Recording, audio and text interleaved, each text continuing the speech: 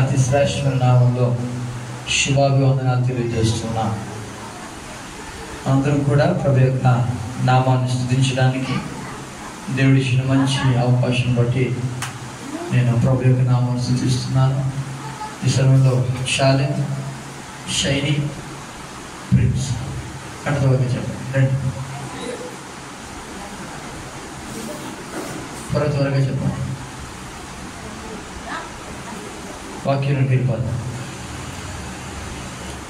Mic mic తీసుకుంటాం. Very good. చెప్పు అడుగుతుంది రామ్ చేశాను. చెప్పు చెప్పు ఏ గంట యెహోవా నువ్వు ఆఫీస్లో చెప్పు.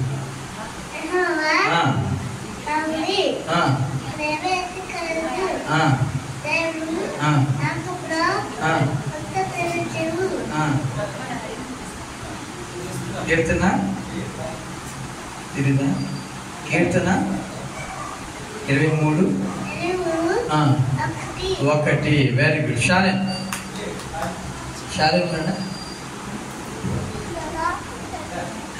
తొందరగా టైం అయిపోతుంది. తొందరగా ఫ్రెండ్స్ తొందరగా చెప్పు. మైక్ చెప్పు.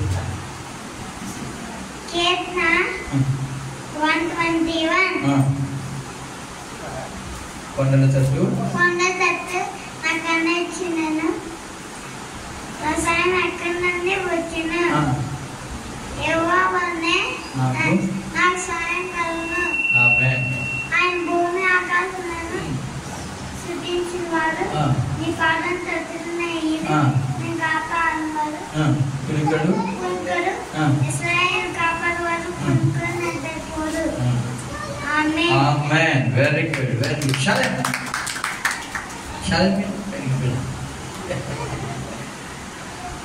సరే, దేనికి వాక్యాన్ని ధ్యానం చేసుకుందామా? దేవునికి వాక్యాన్ని మనం ధ్యానం చేసుకుందాం. ముందుకు వచ్చేసాం.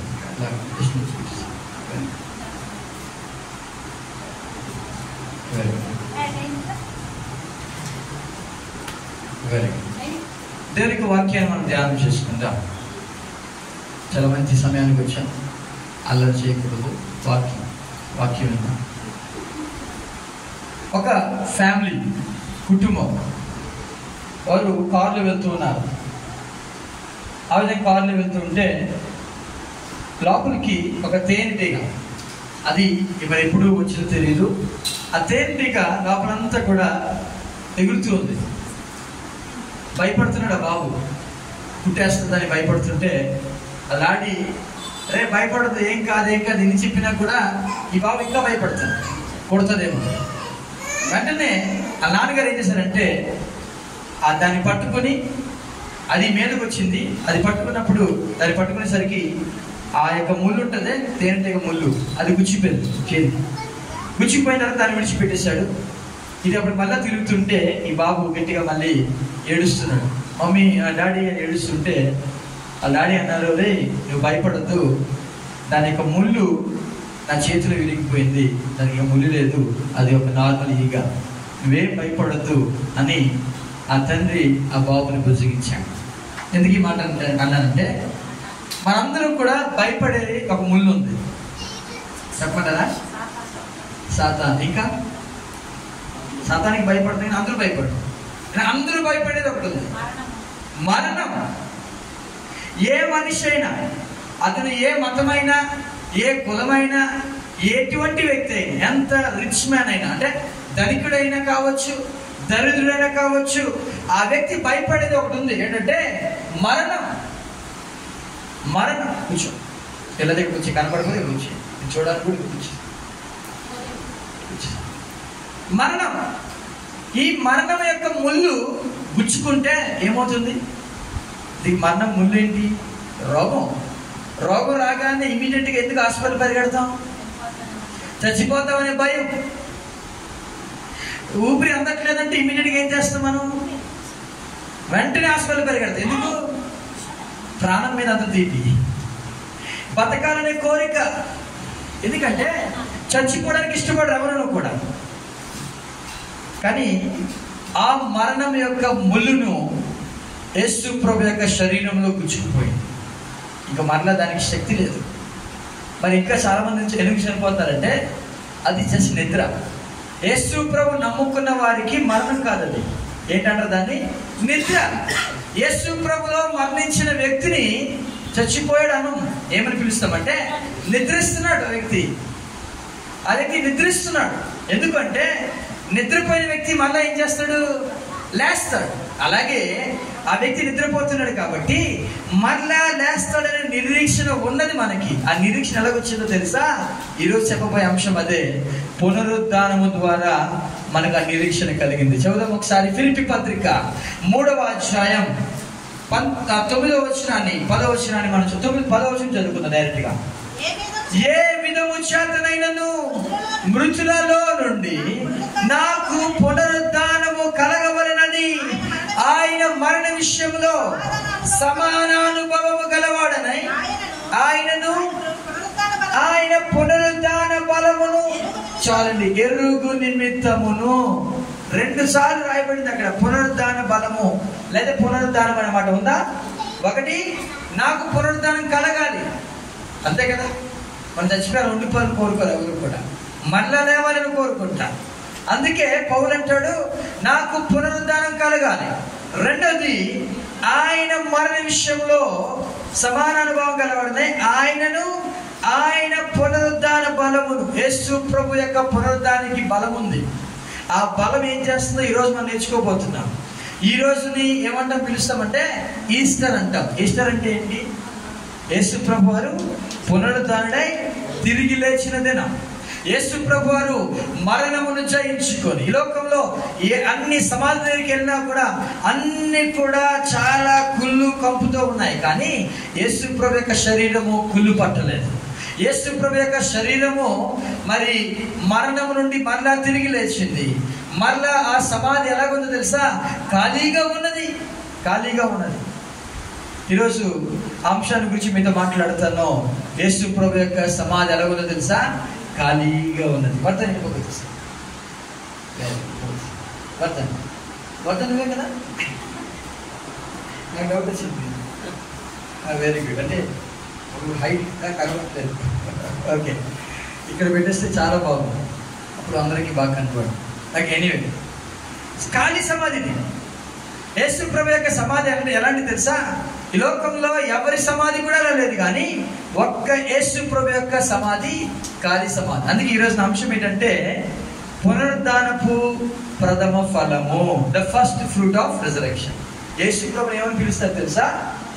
పునరుద్ధానపు ప్రథమ ఫలం. ప్రథమ అంటే ఏంటి? ఫస్ట్. ఫలం అంటే రివార్డ్.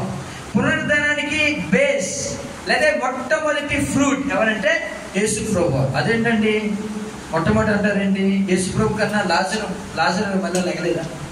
మృతులు లేచాడా లేదు? లాజరు. యేసు ప్రభు వెళ్ళి లాజరు బయటికి రా అంటే లాజరులో వచ్చాడు, ప్రేత వస్త్రత కట్టబడి వచ్చాడు. మరి అతను కదా ప్రథమ ఫలం. యేసు ప్రభు ఎందుకు అవుతాడు? అతను కాదు. పోనీ నాయిన్ అనే పట్టణంలో, నాయిన్ అనే గ్రామానికి యేసు ప్రభు వెళ్ళాడు.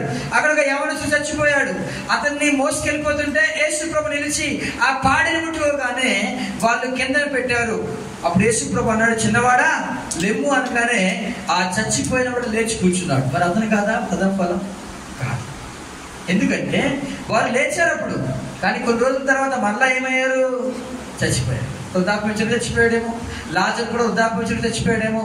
కానీ యేసు ప్రభు లేచిన తర్వాత ఆయన మరలా చచ్చిపోలేదు. ఆయన తండ్రి కుడిపార్శ్వంలోకి వెళ్ళి నీ కొరకు నా కొరకు ఆయన తండ్రికి విజ్ఞాపనం చేస్తున్నాడు. గట్టిగా దేవునికి స్తోత్రం చెప్తానా? నేను అనొచ్చు, అప్పుడప్పుడు అంటారు కదా, పాస్టర్ గారు మా గురించి ప్రార్థన చేయండి అంటారు. ఒకరు పాస్టర్ గారు మర్చిపోయినా ఒకరు మర్చిపోరు. ఎవరో తెలుసా? యేసు ప్రభు. నీ కొరకు నా కొరకు తండ్రి కుడిపార్శ్వంలో కూర్చున్నాడు. ఇంకా ప్రార్థనే ఆపట్లే, ప్రార్థన చేస్తూనే ఉన్నాడు. ప్రార్థన, ప్రభువా నవీన్ దీవించండి అని ఒకరు నవీన్ గురించి ప్రార్థన చేస్తున్నాడు, లేదా జేసన్ గురించి ప్రార్థన చేస్తున్నాడు, వర్ధన్ గురించి ప్రార్థన. ప్రతి ఒక్కరి పేర్లు, మీ పేర్లు కూడా యేసు ప్రభు తెలుసు. అదే పాస్టర్ గారు, నేను హిందువుని, నా హిందూ పేరు కూడా తెలుసా? తెలుసు. నగేష్ గారు నా బ్రదర్, ఆ పేరే తెలుసు. నా పేరు స్టీవెన్ అని తెలుసు. మన పేర్లు కూడా తెలిసి మన పేరు పెట్టి కూడా ప్రార్థన చేయడానికి యేసు ప్రభువారు నిరంతరము విజ్ఞాపన చేస్తున్నాడు. గట్టిగా దేవునికి స్తోత్రం చెందవా? అందుకే ఆయన ఏమని పిలుస్తామో తెలుసా? పునరుద్ధానపు ప్రథమ ఫలం. ఒకసారి ఈ వీడియో చూద్దాం, తర్వాత వాక్యంలోనికి నేను వెళ్తాను. యేసుక్రీస్తు యొక్క పునరుద్ధానం గురించి ఆదివారం తెల్లవారుచుండగా మగ్దలేని మరియ మరియు యాకోబు తల్లి అయిన మరియ యేసు ప్రభు వారిని చూడడానికి సమాధి దగ్గరికి వస్తారు. ప్రభు దూత పరలోకం నుండి దిగివచ్చి రాయి పొర్లించి దాని మీద కూర్చొని ఉంటుంది. ఆ సమయంలో మహాభూకంపం కలుగుతుంది. ఆ దూత చూడడానికి మెరుపు వలె ఉండి అతని వస్త్రములు హిమమంత తెల్లగా ఉంటాయి. ఆ దూతకి కావలి వారు భయపడి వణికి చచ్చిన వారి వలె పడి ఉంటారు. అప్పుడు ఆ దూత స్త్రీలను చూచి, భయపడుకుడి, శిలువలో వేయబడిన యేసుని మీరు వెతుకుచున్నారని నాకు తెలుసు. ఆయన ఇక్కడ లేడు, తాను చెప్పినట్టే ఆయన లేచి ఉన్నాడు. రండి, ప్రభువు పండుకొనిన స్థలము చూచి త్వరగా వెళ్లి ఆయన మృతులలో నుండి లేచి ఉన్నాడని ఆయన శిష్యులకు తెలియజేయమని చెప్తారు. వారు భయపడి మహానందంతో సమాధి యొద్ద నుండి పరిగెత్తుచూ వెళ్లి ఆయన శిష్యులకు తెలియజేస్తారు. ఒకసారి ఆలోచిద్దాం. యేసు ప్రభు వారిని చూడడానికి, అంటే యేసు ప్రభు యొక్క శరీరం చూడడానికి కొంతమంది స్త్రీలు తెల్లారుజామున వెళ్ళిపోయారు. ఎక్కడికి వెళ్ళిపోయారు తెలుసా? సమాధి దగ్గరికి వెళ్ళిపోయారు. ఆ రాయి ఎవరు దొర్లిస్తారని వారు ఒకరితో ఒకరు మాట్లాడుకుంటున్నారు. కానీ అక్కడికి వెళ్ళేసరికి ఆ రాయి పొందించబడ్డం చూశారు. లోపలికి వెళ్తే యేసు ప్రభు యొక్క శరీరం కనపడలేదు. ఆయన వస్త్రాలు మాత్రం చుట్టి పెట్టబడి ఉన్నాయి. అంటే యేసు ప్రభు వారు పునరుద్ధానము చెందారనే విషయం కూడా వారికి తెలియదు. కానీ చాలాసార్లు చెప్పాడు. ఈ పునరుద్ధానం అంటే ఏంటి అసలు? పునరుద్ధానాన్ని గ్రీకు భాషలో అనస్టాసిస్ అని పిలుస్తారు. అనస్టాసిస్ అంటే to stand up or to rise up from the dead, అంటే మృతులలో నుండి తిరిగి లేపబడ్డం. చాలా మంది నమ్మరు. మృతులను లేవడం ఏంటి అంటారు చాలా మంది. ఇప్పటికి యేసు ప్రభు నమ్మరు చాలా మంది. యేసు ప్రభు లేచాడా, నిజంగా లేచాడా అంటారు చాలా మంది. నమ్మరు. ఇప్పుడే కాదు, అసలు యేసు ప్రభున కాలంలోనే పునరుద్ధానాన్ని నమ్మని కొంతమంది గ్రూప్ ఉన్నారు. ఎవరు తెలుసా? వాళ్ళు పరిసయ్యులు. మనకు తెలుసు కదా, పరిసయ్యులు నమ్ముతారు. ఇంకెవరు? శాస్త్రులు కూడా నమ్ముతారు. ఇంకొకరు పరిసయ్యులు, శాస్త్రులు, ఒక పేరు ఉంది. ఆ పేరు చెప్తే సద్దూకయ్యులు. కరెక్ట్. సద్దూకయ్యులు నమ్మరు. చదవండి, మార్కు సువార్త 12వ అధ్యాయము 18వ వచనం చదివినట్లయితే, మార్కు సువార్త 12వ అధ్యాయం 18వ వచనం, పునరుద్ధానము లేదు అని చెప్పేది చాలండి. సద్దూకయ్యులు పునరుద్ధానం దగ్గరికి వచ్చారు.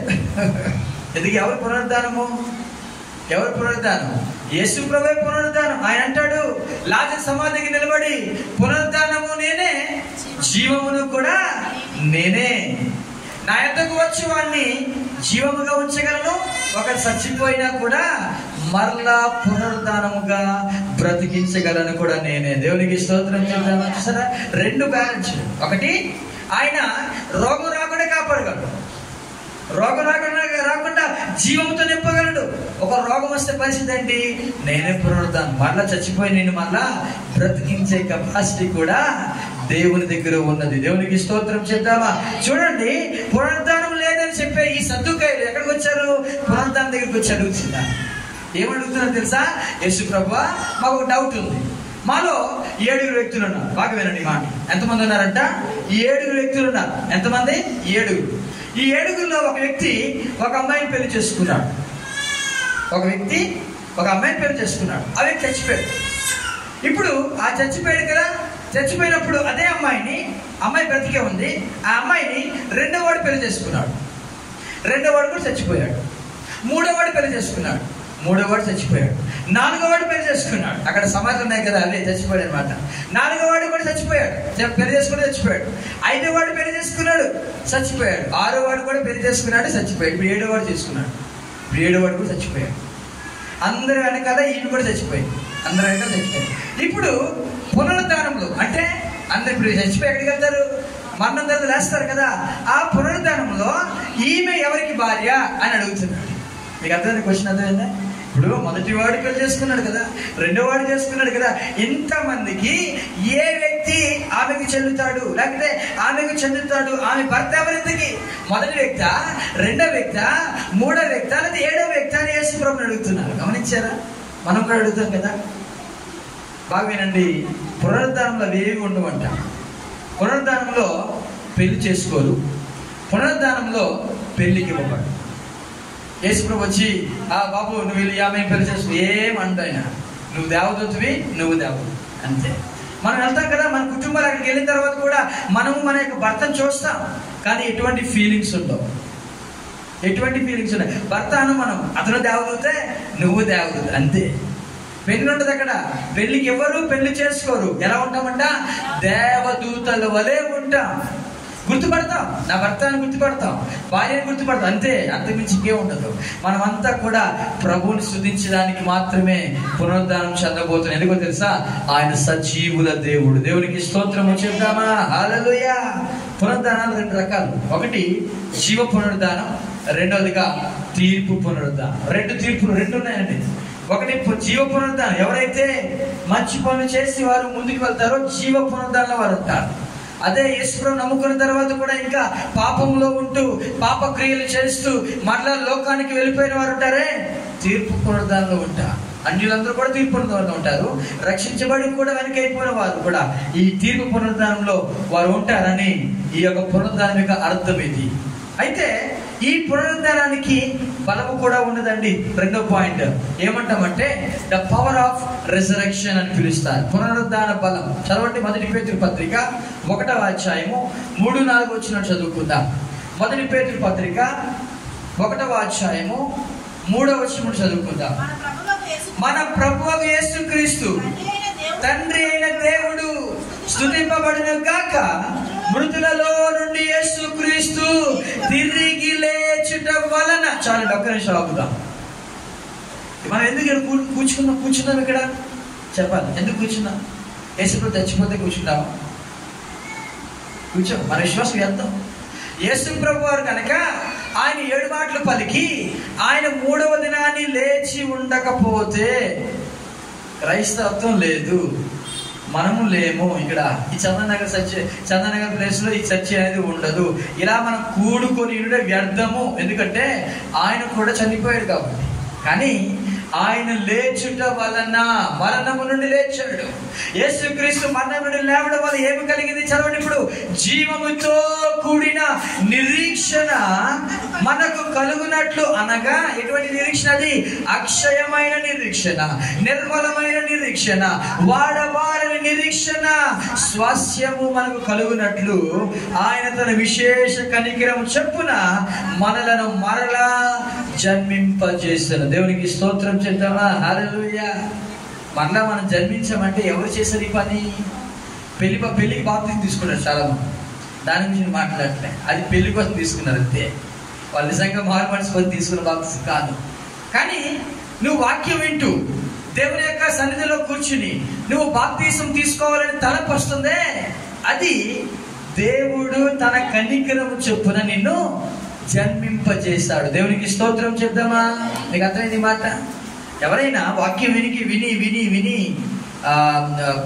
వారు దగ్గరికి వచ్చి పాస్టర్ గారు నేను బాప్తిజం తీసుకుంటాను అంటారే, అది నువ్వు కాదు తీసుకున్నది, ఒకళ్ళు నిన్ను ప్రేరేపించాను, కనికరపడ్డారు నీ మీద. ఈ వ్యక్తి నా దగ్గరికి వస్తున్నాడు కదా, బాప్తిజం తీసుకునే వ్యక్తిని ఏం చేద్దాము?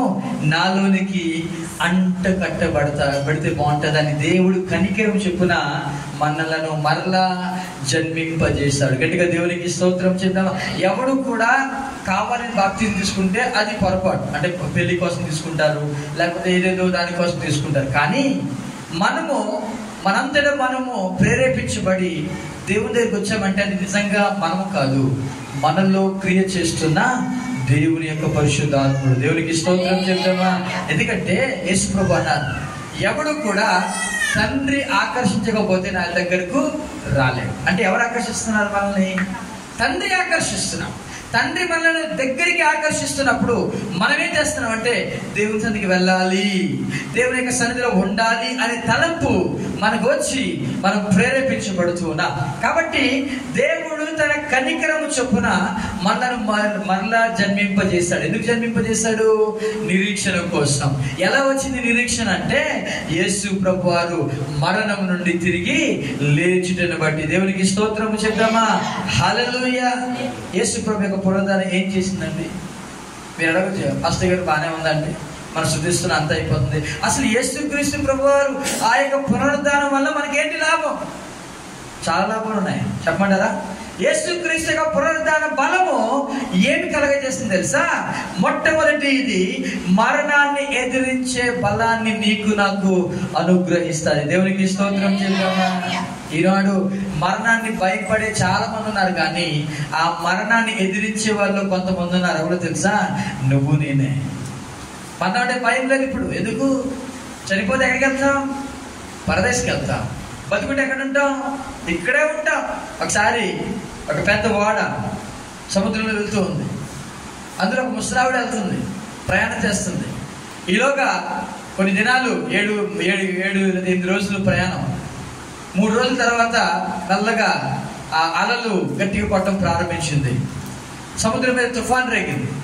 అలలకి ఆ యొక్క ఓడ ఏమవుతుందంటే కదులుతూ ఉంది. లోపల అందరూ భయపడుతూ ఉన్నారు.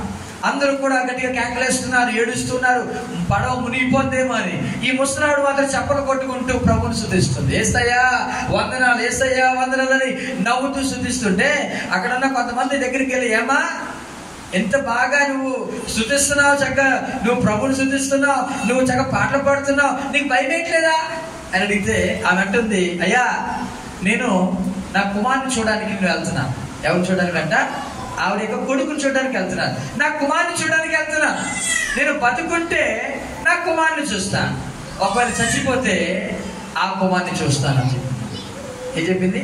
నేను బతుకుంటే నా కుమారుని చూస్తాను, ఒకవేళ చచ్చిపోతే ఈ ఓడ మునిగిపోయి నేను కనుక చచ్చిపోతే ఆ కుమారుడు, ఏ కుమారుడైనా దేవుని కుమారుడు, సర్వాధికారి అయిన దేవుడు, అక్షయమైన నిర్మలమైన వాడబార నిరీక్షణ ఇచ్చిన కుమారుడు. ఎలా ఇచ్చారు ఈ నిరీక్షణ అంటే? శిలువ మరణం పొందాడు కదా, అలా ఇవ్వలేదండి. శిలువ మరణం పొంది సమాధి చేయబడి సమాధిని చీల్చుకుంటూ మరలా తిరిగి వచ్చి ఆ నిరీక్షణ మన చేతిలో పెట్టాడు. గట్టిగా దేవునికి స్తోత్రం చేద్దామా? హల్లెలూయా. మరణాన్ని ఎదిరించే బలం ఇస్తాడు. ఇంకా నువ్వు మరణానికి భయపడుతున్నావు అంటే నువ్వు నిజంగా పునరుద్ధాన శక్తిని ఎరగట్లే. అందుకే పౌలు అంటాడు, పునరుద్ధాన శక్తి నాకు తెలియాలి అంటాడు, ఇంకా ఎక్కువ తెలియాలి. రెండవది, మనము బాప్తిసం పొందిన తర్వాత కొత్తగా జీవిస్తాం కదా, కొత్త మనుషులం. మరి కొత్త మనుషులం ఎలా జీవించాలి? కొత్తగా జీవించాలి. ఎలా జీవించాలి? నూతనంగా జీవించాలి. ఆ నూతన జీవితాన్ని జీవించడానికి ఎవరు సహాయం చేస్తారంట?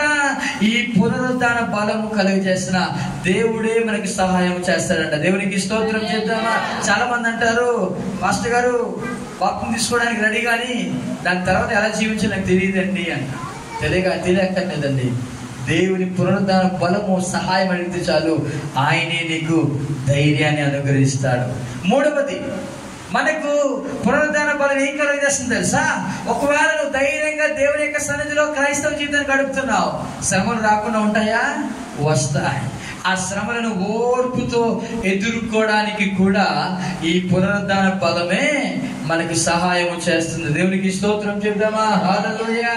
అంతేకాదండి, దేవుని యొక్క మహిమను అగపరిచే బలాన్ని కూడా ఇచ్చేది పునరుద్ధాన బలం.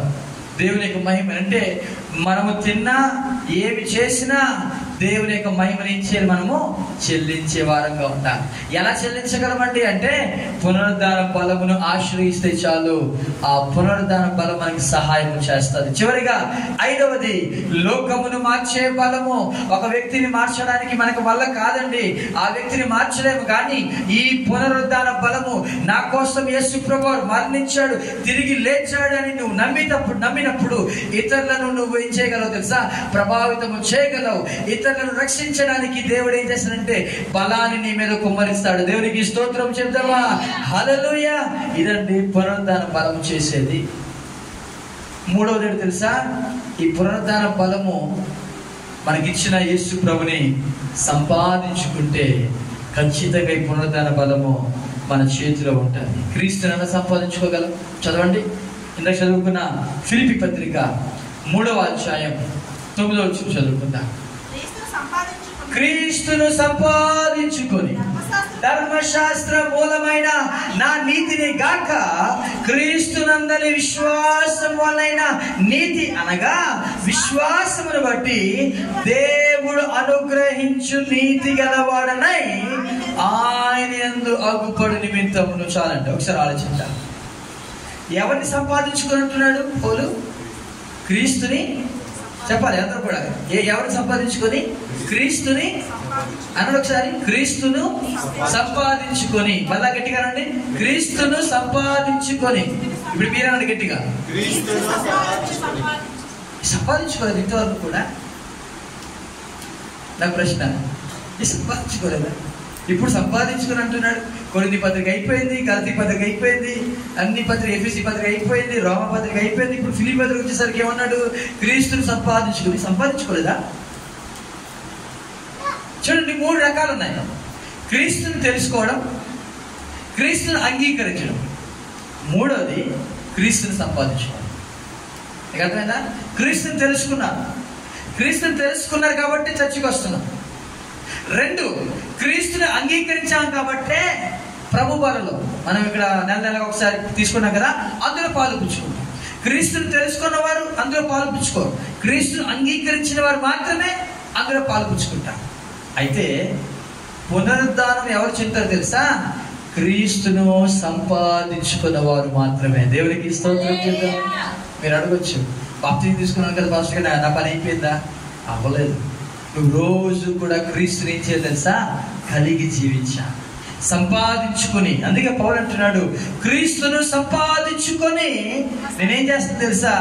ఈ పునరుద్ధానం నాకు కూడా కావాలి అని వెయిట్ చేస్తున్నాను. ఎందుకు? ఎలా సంపాదించుకోగలం క్రీస్తుని అంటే, పౌలే అంటాడు, హౌ టు గెయిన్ క్రైస్ట్. క్రీస్తుని ఏ విధంగా సంపాదించుకోగలం? మొట్టమొదటిది మన స్వంత నీతిని విడిచిపెడితే అప్పుడు మనం క్రీస్తుని సంపాదించుకోగలం. చాలా మంది రక్షించబడి కూడా ఏం కలిగి ఉంటారో తెలుసా? స్వంత నీతి. ఏ నీతి అది? స్వంత నీతి, స్వనీతి అంట. Self righteousness. అంటే నేను బాగానే ఉన్నాను కదా అంటారు వాళ్ళు. సింపుల్ మీకు చెప్పాలంటే ఒక చదవండి మాట, మత్తయి సువార్త 7వ అధ్యాయం 22వ వచనం చదవండి. వీళ్ళు స్వంత నీతిని వదలకుండా అద్దరు పట్టుకుని జీవించిన వారు. మత్తయి సువార్త 7:22. ఆ దినమందు అనేకులు నన్ను చూచి, ప్రభువా ప్రభువా మేము నీ నామమున ప్రవచింపలేదా? మీ నామమున దయ్యములను వెళ్ళగొట్టలేదా? మీ నామమున అనేకమైన అద్భుతాలు చేయలేదా? ఎవరి నామమున చేశారు వీళ్ళు? చెప్పాలి, ఎవరి నామం చేశారు? నీ నామమున అంటున్నారు. అంటే యేసయ్య నామమున చేశారు. అద్భుతాలు చేశారన్నారు, జరిగాయి. దయ్యాలు వెళ్ళగొట్టలేదా అన్నారు, వెళ్ళగొట్టారు. దాని అర్థం అదే, వెళ్ళగొట్టలేదా? వెళ్ళగొట్టారు. ప్రవచనాలు చెప్పలేదా? రేపేం జరుగుతుందో కూడా వాళ్ళు చెప్పారంట. ఎవరు? అనేకులు. మరి యేసుప్రభు ఏమన్నాడు? చాలా మంచి పని చేశారు, ఎంతో మంది మీరు నడిపించారు, వావ్, అనేక మందిని మీరు ఏం చేశారు? దయ్యాలు వెళ్ళగొట్టారు.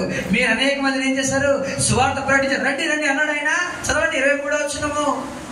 అప్పుడు నేను మిమ్మును ఎన్నడను ఎరుగను, అక్రమము చేయవాలారా నా ఎద్దు నుండి తొలగిపోండి. ఎవరైతే స్వంత నీతిని పట్టుకుని వేలాడతారో వారు అక్రమము చేసిన వారు. అసలు మన నీతికి ఎలాంటి వంట? మురికి గుడ్డలు. ఇవి పట్టుకుని వేలాడితే ఏముంటే ఉపయోగం? ఇప్పుడు దేవుని దృష్టిలో మనము చేసే నీతి క్రియలు ఉన్నాయే అవి మురికి గుడ్డలని దేవుడే అంటున్నాడు కదా. యేసు ప్రభు వారే అంటున్నారు కదా, మన యొక్క నీతి క్రియలన్నీ కూడా మురికి గుడ్డలు. మనందరం కూడా అపవిత్రుల వంటి వారము. మా నీతి క్రియలన్నీ కూడా ఎలా ఉన్నాయి తెలుసా? మురికి గుడ్డలు. ఇప్పుడు మురికి గుడ్డలు పట్టుకుని వెళ్ళగలమా ప్రభు సన్నిధికి? ఈ మురికి గుడ్డలు పట్టుకుని, అయ్యా ఎవరైనా మీరు ఒకసారి ట్రై చేయండి, నెక్స్ట్ వీక్ మీరు వచ్చిన మురికి గుడ్డలు ఎత్తరా? ఏమంటారు నేను తెలుసా? మీరు రావద్దు, లోపలికి రావద్దు అంటారు. ఎందుకని? మీ ఇంటి దగ్గర ఈ స్టవ్ తుడుస్తాం కదా, ఆ స్టవ్ తీసి ఆ మురికి గుడ్డలు బీరులో పెట్టుకుంటామా? మనం పట్టుకుని బయటకు వచ్చి ఇదిగో నా మురికి గుడ్డని చూపిస్తే ఎవరికైనా ఎంత అసహ్యం. ఆ మురికి గుడ్డలు విడిచిపెట్టకుండా ప్రభు యొక్క సన్నిధికి రాలే మనం. మీకు అర్థమవుతుంది మాట? ముగించేస్తాం, ఆరైపోతుంది, అది ముగించేస్తాం. ఓకే, ఇది బాగా అలిసిపోయారు నాకు తెలుసు. మార్నింగ్ అంతా కష్టపడ్డారు, 1 గంట. అది శారీరక ఆశీర్వాదం కోసం కష్టపడ్డారు, ఇది దేనికోసం? ఆత్మీయ. నిద్ర వస్తున్నారు, మీరు ఒక పని చేయొచ్చు. మీరే నాకు ఎంత నిద్ర వస్తుందో తెలుసా? నేను అందుకే నిలబడి ఉన్నాను. మీరు నిలబడి, అది బెస్ట్, మంచి మెడిసిన్ అది. లేకపోతే తినే వాష్రూమ్ ఉంది, చక్కగా వెళ్ళి ముందుకు నుంచి కూర్చోండి. అది చేయండి, ప్రతివారం చేయండి. నేను కూడా మీలాగే అలసిపోతాను. మార్నింగ్ ఇప్పుడు వెళ్తున్నాను చర్చికి, మధ్యాహ్నం ఇందాక నేను 3 గంటలకు వచ్చాను. ఈరోజు అక్కడ చర్చి యానివర్సరీ అయింది, కచ్చపల్లి చర్చి. భోజనాలు కూడా వాళ్ళు పెట్టారు. సో అంతా లేట్ అయిపోయింది, 3 అయిపోయింది వచ్చేసరికి. అందుకే నేను కొద్దిగా ఎర్లీగా రాలేకపోయాను ఈరోజు. మళ్ళీ ఇప్పుడు ఒక బీచ్ దగ్గర జరిగే ఆరాధనకి మళ్ళీ వెళ్తున్నాను.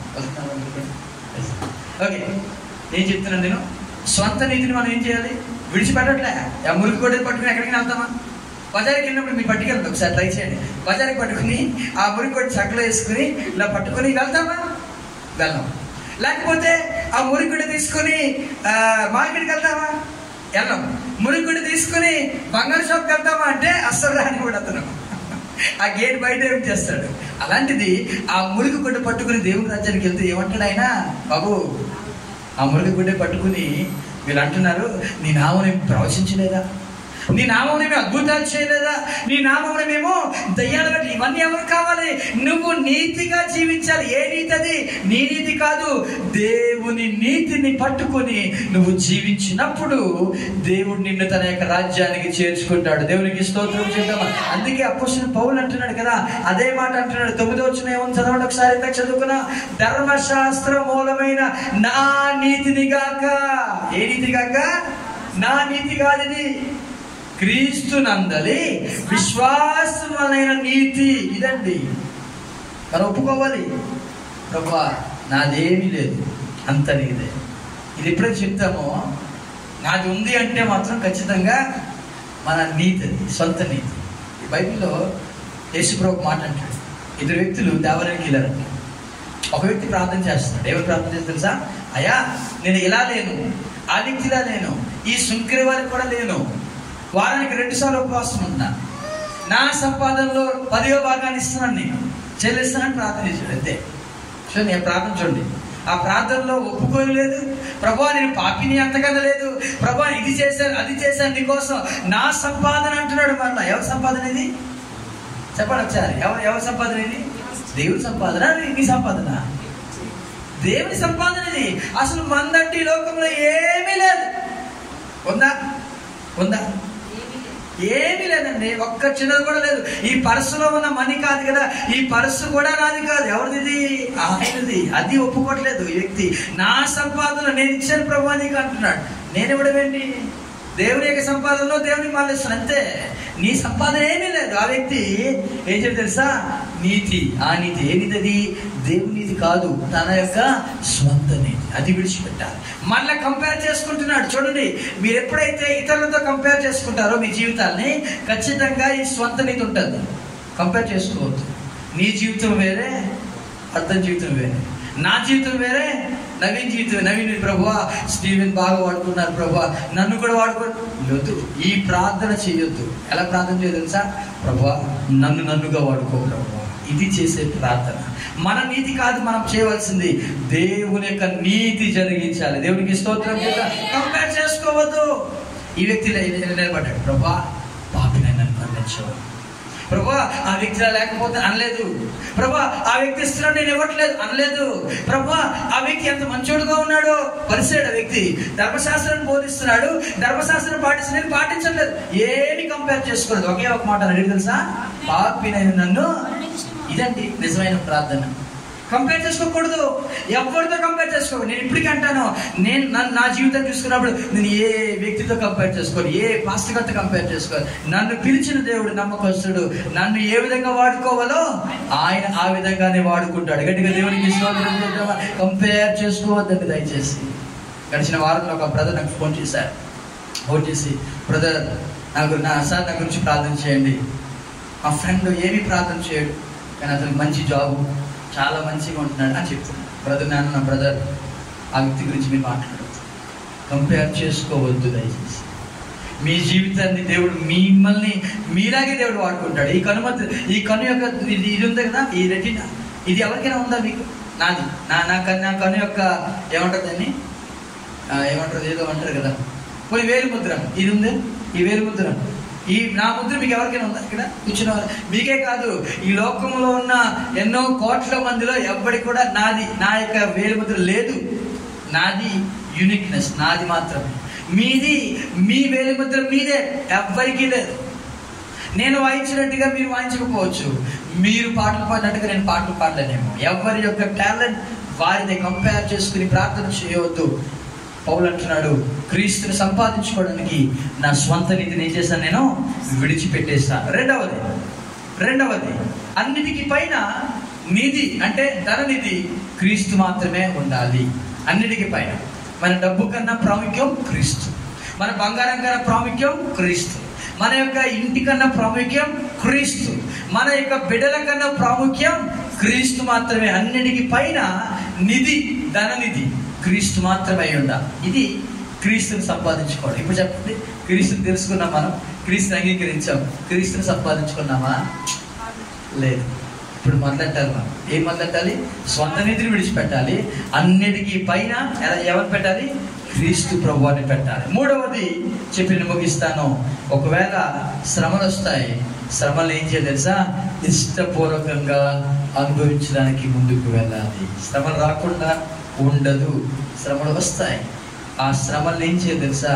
నువ్వు ఖచ్చితంగా అనుభవించడానికి. కన్నీరు ఉంటుంది, వేదన ఉంటుంది, అయినా కూడా భయపడలేదు. మనుషులు నిందిస్తారు, నీవు చేయకపోయినా నువ్వు చేసావన్నట్టుగా మాట్లాడతారు, ఎన్నో మాటలు అంటారు, నిందలు. ఇవి నా కొద్దు బాబోయే దూరంగా పారిపోతే ఏమవుతుంది తెలుసా? You are not ready for this tribulation, trials. నీవు శ్రమ అనుభవించడానికి ఇష్టపడలేదు, పారిపోతున్నావు. పారిపోకుండా నిలబడి, ఎన్ని నిందలైనా, బాధలైనా, వేదనైనా నేను నిలబడి ప్రభువు కోసం జీవిస్తాను అన్న వ్యక్తి క్రీస్తుని సంపాదించుకొని జీవిస్తాడు. దేవునికి స్తోత్రం చేద్దాం. కళ్ళ వంచుదాం, కళ్ళు మూసుకుందాం, ప్రార్థన చేస్తాం. ప్రభు మనతో మాట్లాడి